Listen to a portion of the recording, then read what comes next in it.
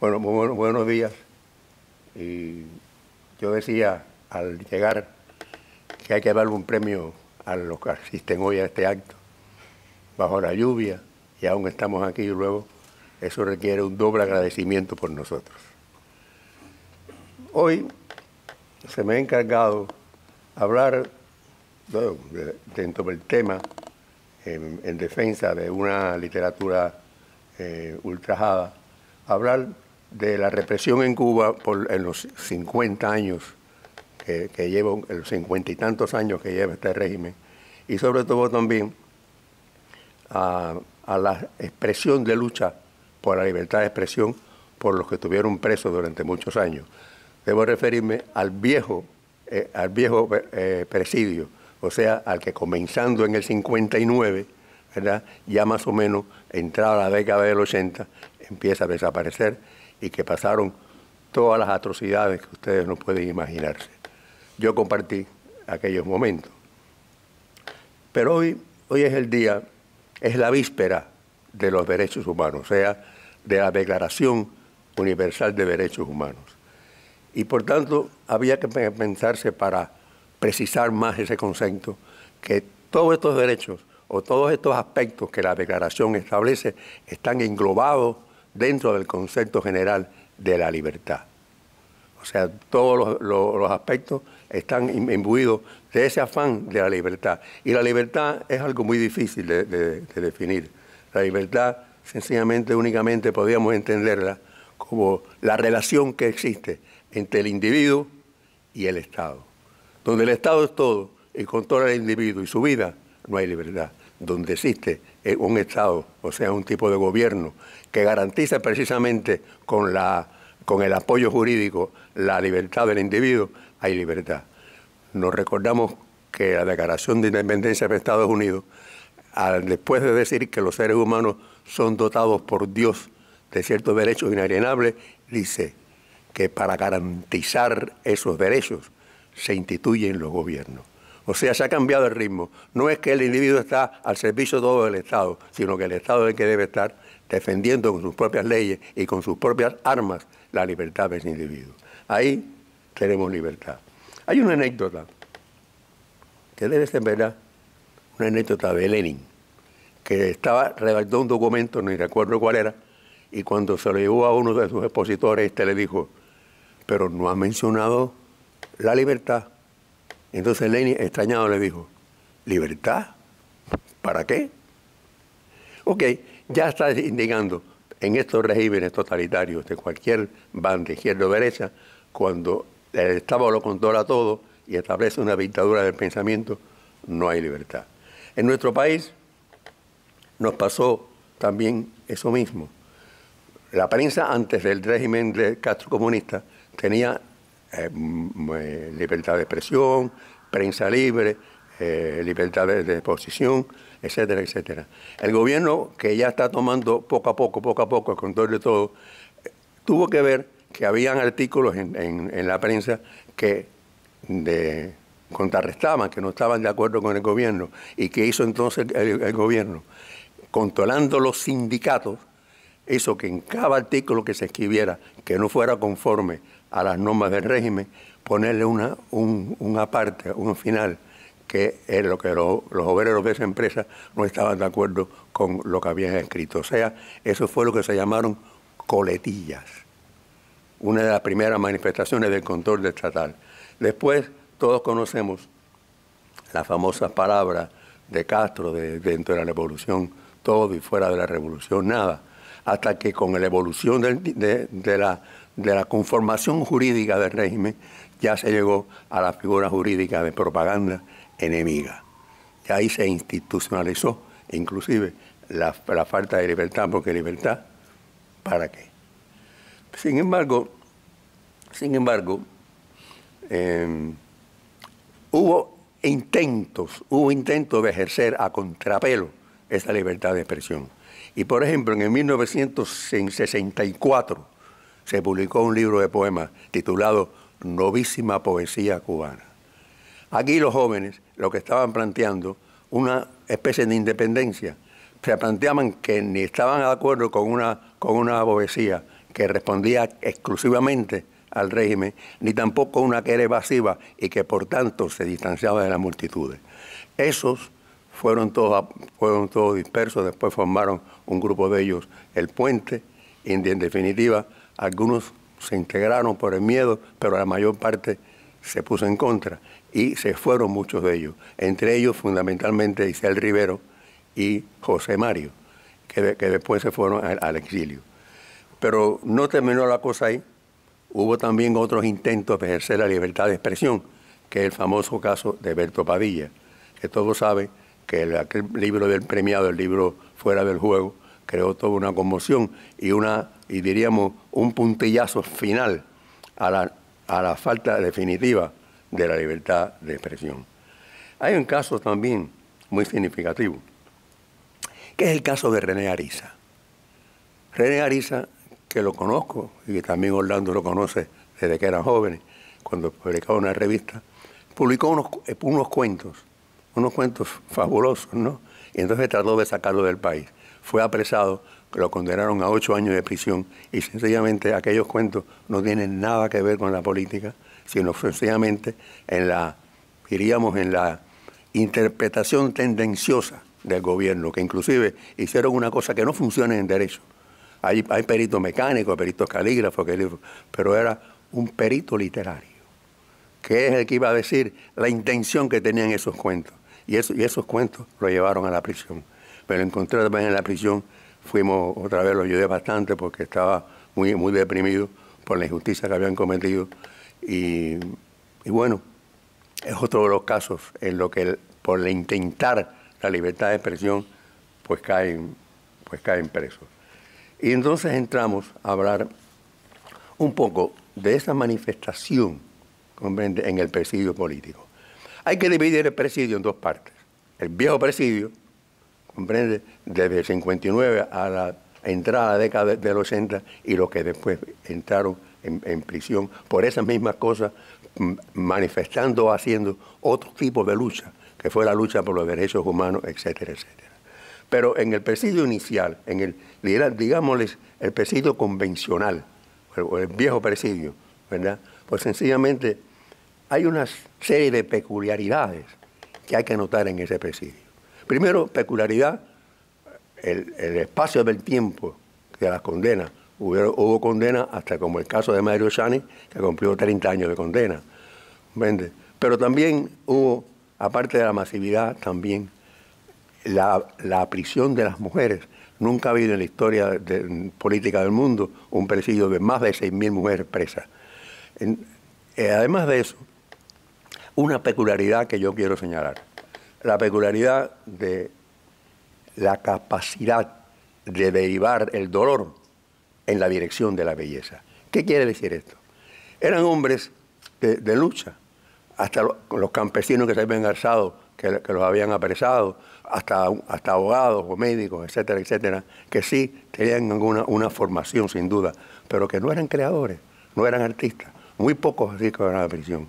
Pero sin embargo, esa capacidad de derivar el dolor en la dirección de la belleza hizo que algunos individuos se concentraran a buscar un modo de expresión y empezaron a escribir cuentos, a hacer pintura, a dar conferencias entre nosotros y a escribir poesía. Sencillamente, claro, esa era la capacidad, porque cuando, por ejemplo, un individuo como Ernesto Díaz era un pescador, como dice, era un pescador de tiburones, que nunca había escrito un poema. Fue a Cuba, fusil en mano, a luchar como miembro del Alfa 66. Y en la prisión, y como que se le reveló la posibilidad de escribir poesía. Y eso, cuando encontramos a un individuo como él, que escribe esto, esta espera constante, iluminada, amarga, va llenando de angustia mi cabeza, que se reduce a un punto negro en este mar de huérfanos. Pero en la noche larga, cuando el silencio me provoca, mi alma de gigante se revela, crece, estalla, y escribo un nuevo poema en mi cuaderno. Más claro no puede estar derivar el dolor en la dirección de la belleza. Y así fueron otros más individuos, muy pocos, que llegamos a la prisión, ya teníamos algún tipo de expediente en la vida cultural. Jorge Valls, Miguel Ángel Loredo, el cura, algunos pocos nada más, pero los demás, de una canalización a la angustia, al dolor, encontraron dentro de sí una etapa, una zona no conocida, una zona de creación. Y los que tomaron aquello como una canalización psicológica, cesado el estímulo, no escribirían más quizás, pero hay otros que después de eso, como decía González Martínez o Darío, el que siente la llaga, que sufra la picadura, bueno, pues eso seguirían escribiendo, como es el caso de Ernesto Díaz. Ernesto Díaz lo señalo, porque de un hombre de lucha que fue fusil en mano, ahora es un hombre con una pluma en la mano, que ha escrito, y nada menos que poesía infantil. Creo quizás, y sin creer, estoy seguro, que por ejemplo La campana del alba es, en mi opinión, el mejor libro de poesía en su género que teníamos en Cuba. Y eso fue este pescador de tiburones, como decía él, que encontró en sí una vocación con la cual seguiría para adelante durante toda su vida.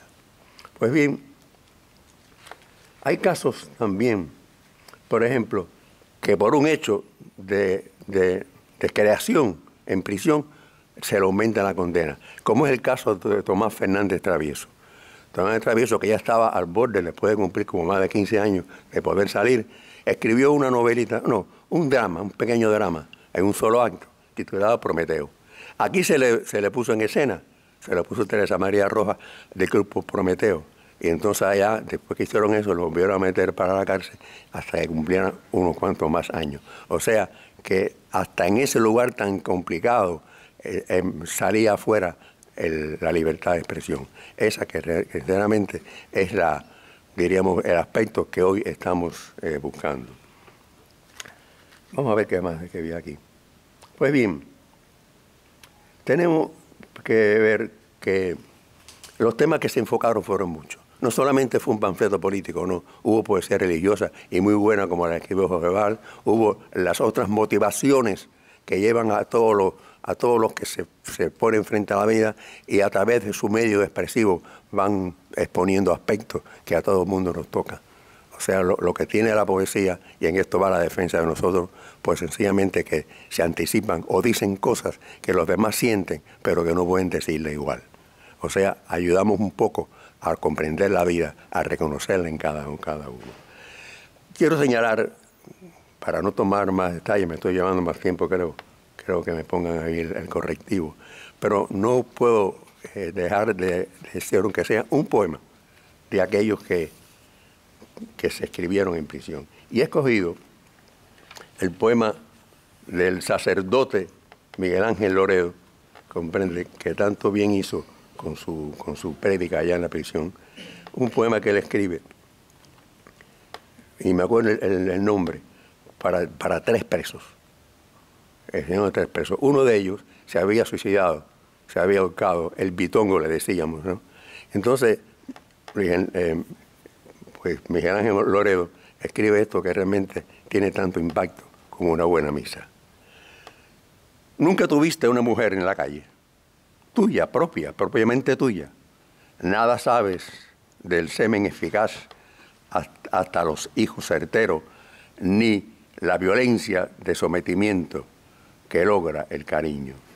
Tú solamente 2 veces te acostaste con el amor prestado, Marina 105, 3 pesos y olas deshechas por el malecón. Tú fuiste preso hasta 10 años, tenías 17. Nadie puede volver ahora a juzgar. Yo te bendigo en el nombre de cualquier mártir. No se sabe el nombre vedado, tú, analfabeto, carne carroña de cañón, rumbero, vacilador, santero, consignado, travieso, llevado, ignorante e ignorado. Buena gente. 9 años preso, 31438 tatuado. Nadie se atreva a juzgarte. Yo te bendigo en el nombre de todo un pueblo. Tercero, ni el desprendimiento a un vacío de solo 1 metro de tus pies pudo desfigurarte la sonrisa. Eras de nieve, blanco. Los hijueputas no se vuelven locos, no se ahorcan. Yo te bendigo en el nombre mismo de Dios. Después, extinguido aquel presidio, vino otro presidio más nuevo, ya con los que entran en este presidio, ya tienen una formación previa, han estado luchando por los derechos humanos, tienen unos conceptos distintos de las cosas, y empieza a caer estos nuevos presos, ¿verdad? Que en definitiva tienen en el fondo la misma motivación y han sufrido los mismos achaques. Por ejemplo, surgen entonces Raúl Rivero, Manuel Vázquez Portal, Jorge Rivera Castillo y Ángel Santiesteban hasta el día más reciente. En resumen, los poetas que quiero citar también para completar esta lista de poetas que por su expresión literaria fueron a prisión, les desarticuló la vida, terminaron en el exilio.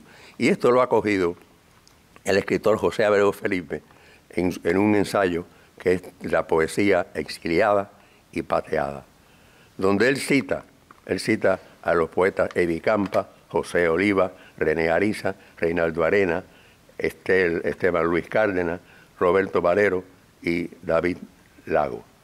Estos escritores sencillamente pasaron por las cárceles castristas y de aquella caída en la cárcel vino un desarraigo peculiar, desarraigo en la sociedad en que vivían, y salieron así al mundo traumatizados con la experiencia que habían tenido y también desarraigados en el exilio. Mañana es el día de la Declaración de Derechos Humanos y hoy el PEN Club de Escritores Cubanos en el Exilio hace un breve recuento en honor de esos héroes de la lucha por la libertad de expresión con la simple consigna de prohibido olvidar. Muchas gracias.